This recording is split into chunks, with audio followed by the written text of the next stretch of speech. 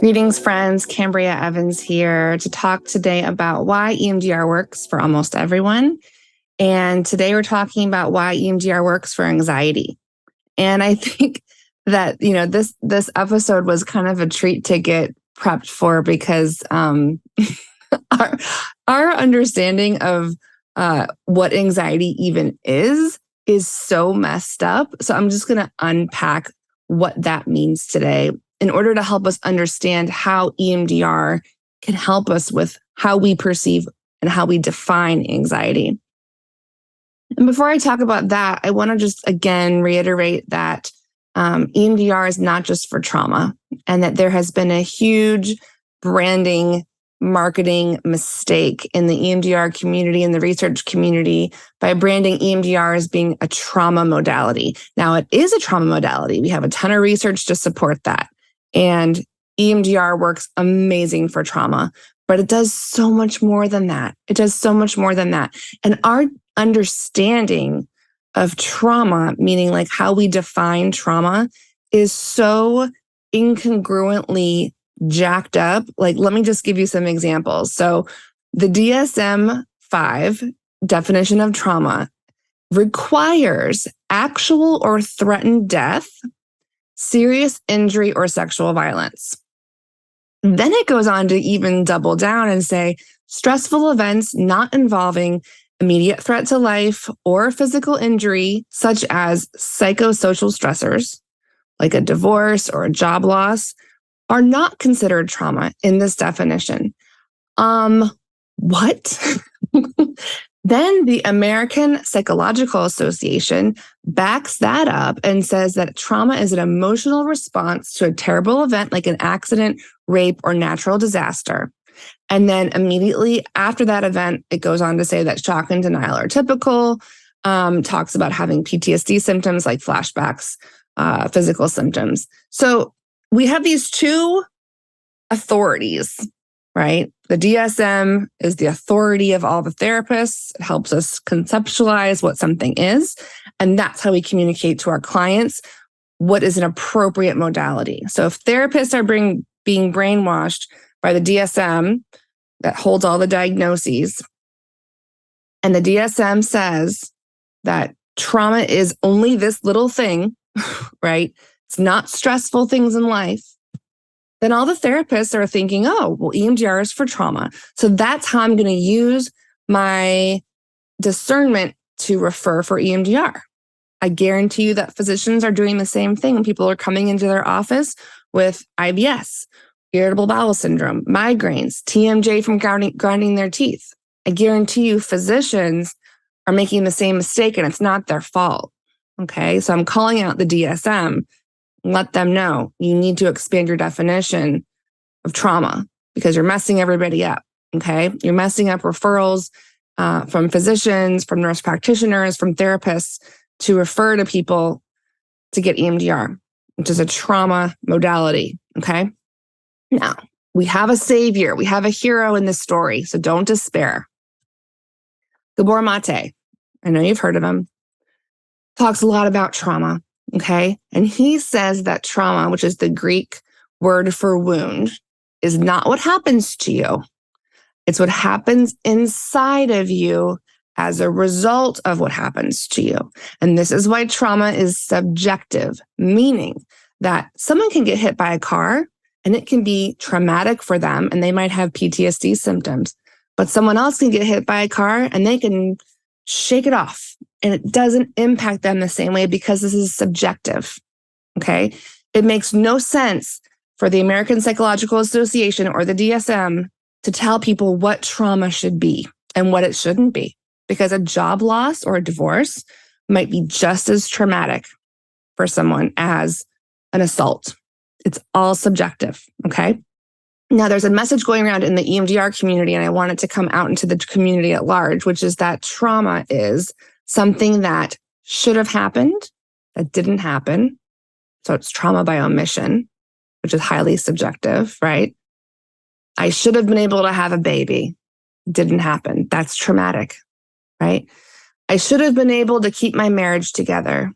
Didn't happen. That's traumatic, right? I should have had my parents live longer and not pass away in my 20s in that accident, right? The idea that something is supposed to happen but doesn't, okay? Also in the EMDR community, we understand that trauma is something that happened, but it should not have happened. I went to work and had some sexual harassment happen at work. And it's not trauma as defined by the DSM, but it was traumatic. That hypervigilance, that emotional abuse, that shouldn't have happened. And it did. And it was traumatic. It's a trauma. So I think that we are expanding our definition of what trauma is, and it needs to happen a lot faster, which is why I'm making this series. So that's the framework for this entire series and conversation today. And I want to zoom in and utilize that and apply that to why EMDR works for anxiety. Now, what is anxiety? Well, when I was in my first master's program at Vanderbilt at the age of 22, I was in a full-time grad program. I was a waitress at P.F. Chang's in Nashville. I was a research assistant doing research on mental health in underserved communities. And I was a teaching assistant. So I had 3 jobs and I was in school full time. So I got pretty anxious. And these were financial decisions for me to be able to get this grad school and this training. I had an 80% scholarship, but still needed to be able to pay for lots of expenses like my apartment, my food, and so forth, books. There was no conversation of, dude, your life is stressful. Like any normal person would be having overwhelm and panic from never resting, working 3 jobs, and being in a very demanding grad program in a top 20 school. So I remember having this traumatic experience in my early 20s of being told, you have anxiety. And my relationship with anxiety became phobic. Like, this is something I have. This is who I am. I'm never going to be able to get rid of it. And then my definition started to change into like, I'm an anxious person. So we can see how when this happens to lots of people, their anxiety goes from a feeling that might be understandable given what's happening in their life to part of their identity they have to absorb and understand forever, right? And then here comes the psychiatrists, right? The psychiatrists come in and say, oh, you have this diagnosis, you have anxiety, you are anxious, rather than you feel anxious because your life is a certain way. And so here's a pill so that you don't feel anxious anymore. Now, what should have happened in this example, and I'm sharing this with you because I think this will resonate with a lot of people listening. And I think that a lot of my clients coming in to my office here in California tell me, well, I have generalized anxiety disorder, or I have anxiety. And they're so enmeshed and over-identified with this as part of self that it's not even an option for them to feel different. That's been taken away from them. And what they're left with is change of identity, which is traumatic, and here, maybe take a pill. Now, I am not anti-medication, right? I think medication can be an amazing stabilizing platform for people who are doing EMDR work or any kind of therapy or going through anything difficult in life, right? A lot of people during the pandemic were on anxiety meds, and I'm so glad those exist for that reason, okay? Some people are wired anxiously, and they are on anxiety meds for their life, and it is beautiful for them. But I think that there is a misconception in general about anxiety. And so I'm really excited to talk about this today. I think it'll be life-changing for people who have been told things that they know doesn't really fit themselves.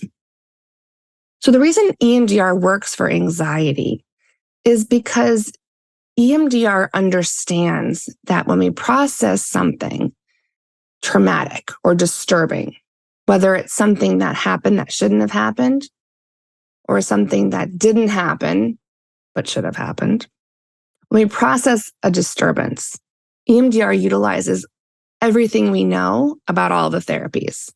It takes all parts of our body and brings them into a bundle, just how memories are stored. Okay. So think about this. It identifies in the targets for EMDR an image that typically represents the disturbance. Okay. So if I were to go back and process the trauma of being a grad student 20 years ago, my first master's program in education, I might have had the target of me running around in my car, trying to get to my jobs on time, trying to prepare for my exams, my thesis, right? And then we have a belief. This can be a belief of self or belief of the world. Now, my belief at that time might have been something like, I can't handle it. Now, what I understand now is true is no one could have handled that schedule. But at the time, I interpreted it as a defectiveness of self, okay, of a not enoughness. Something was wrong. I should be able to handle this, okay? Those are all negative beliefs. If I were to target that experience now, when I think about that image of me running around in my car, and when I think about that belief of self around not being enough or not being able to handle it, but should be able to handle it, I might feel shame. I might feel just like a body sensation of wanting to kind of curl up and protect myself, okay? And what this tells us about how memories and experiences of self are stored is that we have these memory bundles with these 4 elements of memory. A picture, sometimes there's no picture, a belief, an emotion, and a body sensation. Now, when we think about anxiety, what is anxiety? Well, it depends on who you ask. And today you're asking me, so I'm going to give you my answer. Okay. How I understand anxiety is it can be thoughts, cognitions, right? I'll never forget, I was going through Dr. Burns' anxiety workbook during graduate school to track my anxiety, to make sure I was okay. And it had this really beautiful cognitive behavioral therapy approach. But it had very little to do with my body, had very little to do with anything from my history, right? So it had a deficit in the sense that it wasn't linking the 3 prongs of time that EMDR addresses, which is past, present, and future prong of time, okay? My body was completely neglected in this process, meaning like I wasn't tracking body sensations. I wasn't being curious about what my body was doing or what it meant. It was very cognitive, which wasn't wrong or bad. It just wasn't enough. I love EMDR because it not only notices cognition and narratives and sense of self, but it helps us to link those things to the body, right? And when we understand that anxiety is both cognitive and also somatic, it really gives us a rich, comprehensive understanding of ourselves. And I get really nervous when I'm on social media or Instagram, and I hear physicians even talking about how anxiety is just in the body and it's an alarm system of the amygdala, and it turns off our prefrontal cortex and our racing thoughts, and how we should just, this was a real thing I heard on Instagram the other day. We should just turn off our thoughts, ignore them, and focus on the body, understand it's an alarm system, and, figure it out and get ourselves through it that way. And what I love about EMDR is because it's so much smarter than that, because it honors what's happening in the mind, and it also honors what's happening in the body. We have to understand and be curious about both of those things, and not giving attention to one is disrespectful to our nervous system. What I also want to say about understanding anxiety and why EMDR works for anxiety is that EMDR allows us to get to know and connect with parts of self that hold anxiety, hold memories where we felt anxious. And we get to meet the adaptations that create anxiety. Let me be more clear about this. Let's say we have something happen in the past prong of time that is disturbing or traumatic, not as defined by the DSM-5, not as defined by the American Psychological Association, but defined by the definition in the EMDR community, which is trauma is subjective. It is something that happened that shouldn't have happened. I shouldn't have lost that job. I was qualified. Or something that didn't happen that should have happened, right? The narrative of, I'm a great person. Why am I still single? Okay. Or I would have been a great mom. Why didn't I get to have a kid? So when we think about things that happen that are disturbing or traumatic, we think about how our body learns or decides from there. We have an event and then we learn from it. And how we learn from it is really important. We might learn something like, see, I never have anything good happen to me because I don't deserve it, because I'm not worthy. And then what we get to see is that we have this really pervasive belief of self, I am not worthy. And then in EMDR, we get to be curious about, when was that learned or decided? And it probably wasn't learned or decided once. It was probably learned or decided over multiple events and then reinforced to make it a really strong negative cognition. I want to be curious about that. I want to be curious about the ages or the moments in elementary school when that was true. But maybe it's not true now. But we know the past informs the present because we know that the brain doesn't care what time it is. The brain doesn't care if it's now, if it's the past, or if it's the future, right? The brain's just taking information from whatever prong of time it can get, and it's trying to categorize things and help us out. So when we learn or decide something, what happens next is we, in all of our infinite wisdom, create an adaptation. What is an adaptation? An adaptation is a part of us that knows how to do something or not do something so that we are safe, we are connected, we are worthy. Those of us that identify as being perfectionists, do you know what that is? It's an adaptation, right? It's an adaptation where we learned or decided something like maybe I can't make mistakes. And so we created a part of us that makes sure 24/7 that we don't make mistakes and we're perfect. Okay.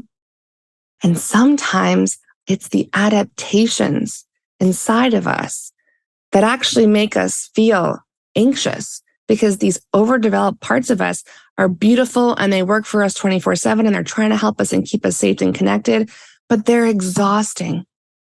It is exhausting to be a perfectionist.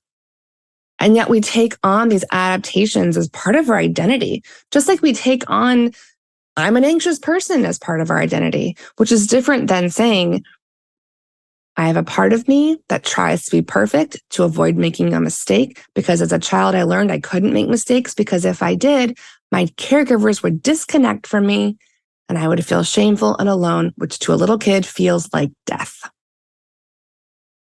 Why don't we have that narrative of self? Why instead do we have this conversation right now on mental health that we are these parts, that we are these feelings, that we are these diagnoses? There are very few people who actually have wiring that cannot be changed by neuroplasticity and rewiring with EMDR. Very few people actually have anxiety forever.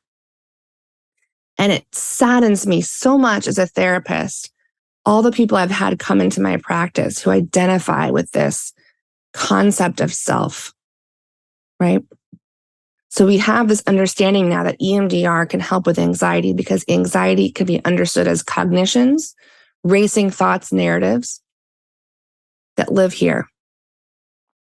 We now understand that anxiety can live in the body as a panic attack, as a tight chest, as a closed throat, as tingling fingers, as a cadence like this, or a fast cadence. It feels like anxiety in the body because maybe a part of us learned if I never slow down, I can't feel the pain. If I keep a cadence like if I become a workaholic, right? I never have to feel what really is hard to feel. I never have to really know myself because I'm not worth knowing. These adaptations are actually what I think keeps us feeling anxious. And the tricky part is that these adaptations have a payoff. They have a lot of positive rewards, right? Perfectionists get a lot of positive rewards. Workaholics get a lot of positive rewards. They just do, right? A lot of affirmation, a lot of validation, a lot of praise, a lot of financial gain, social gain. So I want us to be curious about all of this, because if you are somebody who has been told that you are anxious or you have generalized anxiety disorder, maybe you haven't been told you have trauma because, unfortunately, therapists have been misled by the DSM, by the American Psychological Association, to believe that trauma is actually only this much of the population, when really it's all of us. We have all experienced moments, many moments, where something was supposed to happen that didn't happen, and that created a decision where we learned about ourselves. We decided something about ourselves, about being lovable or not, about being safe or not, about having choices, about having a voice. And then from there, we created all these adaptations, right? Perfectionism, working. There's a whole list. So once we understand an EMDR therapy, and this is one of the most fun parts about being an EMDR clinician in my office here in California, is that once we understand that we are not this feeling of anxiety, once we understand that we might be holding anxiety in our bodies because of past experiences, we might be holding anxious thoughts because our brain typically tries to go towards figuring things out. For those of us that have anxiety, OCD related thoughts, like racing thoughts, do you know what that is? Oftentimes, because of the adaptive information processing model in EMDR, we understand that the brain wants to soothe itself. The brain wants to figure things out.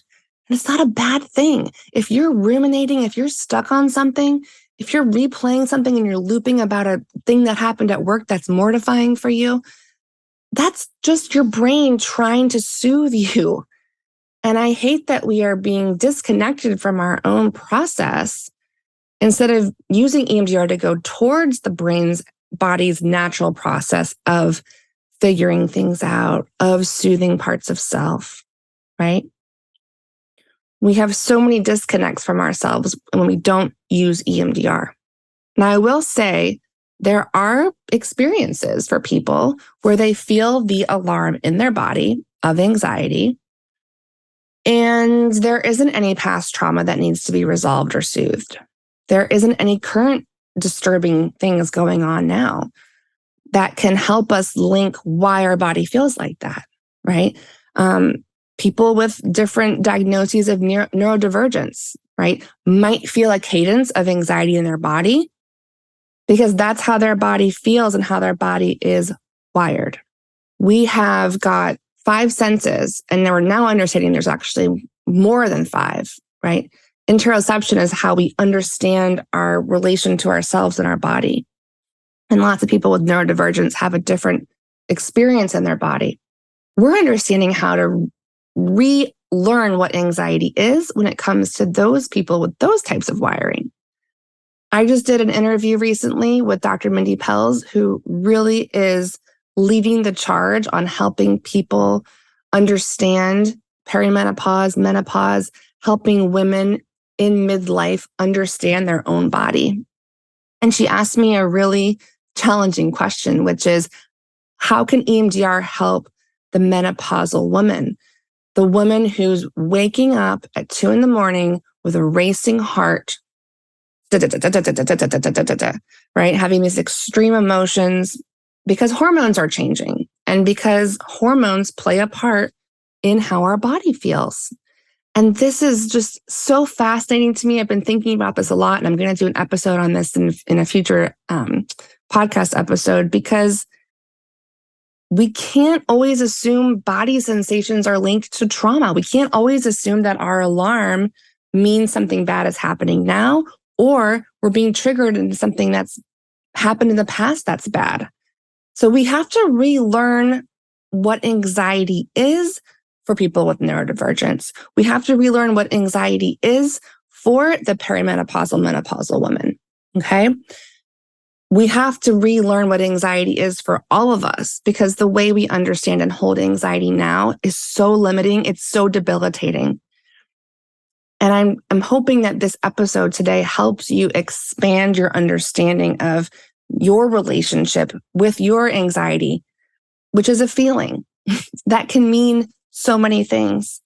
And if I had one wish for you, if you are someone who's in therapy or thinking about therapy, is that you will allow yourself to reconsider what you've been told about your anxiety and what that means about who you are forever versus now. And if you're a clinician listening to this episode, whether you're a talk therapist or if you work in a brain-based modality like brain spotting, EMDR, accelerated resolution therapy, Flash, I hope you already understand what it is that I'm saying, and that you have also made it your mission to help your clients understand that this diagnosis of generalized anxiety disorder means nothing for so many people. And yet getting this kind of diagnosis can be so traumatizing and so limiting and so not helpful when people need help the most. And I hope this will allow you to case conceptualize with your EMDR clients in a different, more nuanced way. And I really hope too that it will help you as an EMDR clinician think about the way that you market all the amazing things you can do for your clients. Please do not allow yourself to be boxed in to saying that you offer EMDR and it's for trauma. We don't have to say that anymore. We can be completely transparent about what trauma is and what it's not. And we can be very, very clear communicators that EMDR and brain spotting and all these brain-based modalities that connect mind and body and narratives and parts of self, we can allow our marketing and our communication with current and potential therapy clients to be so much more effective so that we get more people into the office and getting them feeling better faster. That's my hope for creating this episode today. So I hope this was helpful. As always, I love a thoughtful clinical conversation. You're always welcome to let me know how this landed on you. I always love feedback. And if this was helpful to you, I would invite you to make sure that you are signed up for our Zero Disturbance mailing list, where we have a really beautiful, comprehensive client resource library. All the tools I put in there, I use with my own EMDR clients and brain spotting clients here in my office in California.